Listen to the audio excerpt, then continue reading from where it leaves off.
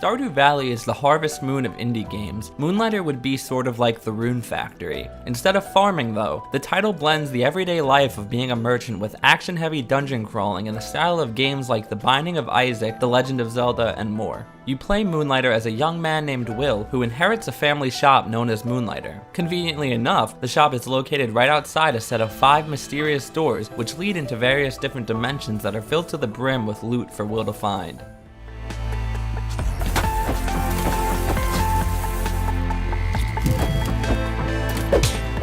Moonlighter's combat is fun and engaging, and there are a good amount of weapons to craft. Players can equip 2 different weapons to find their ideal playstyle. I do wish there was a little bit more variety when it came to armor types, but this is just a small gripe in an overall great game.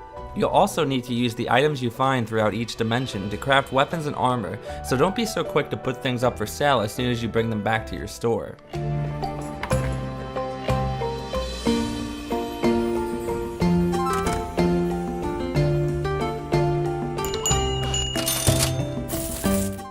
The merchant sections of the game are a lot of fun and offer a refreshing experience that's a fun distraction from running through each dimension. While there's a sense of progression with Will, the progression of the store itself is far more fun in my opinion. You start off small with a few shelves to sell items on, but eventually you can get new decorations, more shelves, storage, and even an assistant who can help you in a variety of ways. You set all the prices of the items you sell, and you have to keep an eye on the way your customers react to your pricing. Set items too low and you won't be making much money, but set them too high and you might have thieves visit your shop more frequently if your customers are dissatisfied. Once you get enough gold, you can start helping new shopkeepers move in, and you'll eventually have a blacksmith that can craft your weapons and armor, a witch who can upgrade your equipment and brew you helpful potions, and more. These additions give the sections outside of dungeon crawling more depth, as you'll always be thinking of the best ways to allocate your items and money.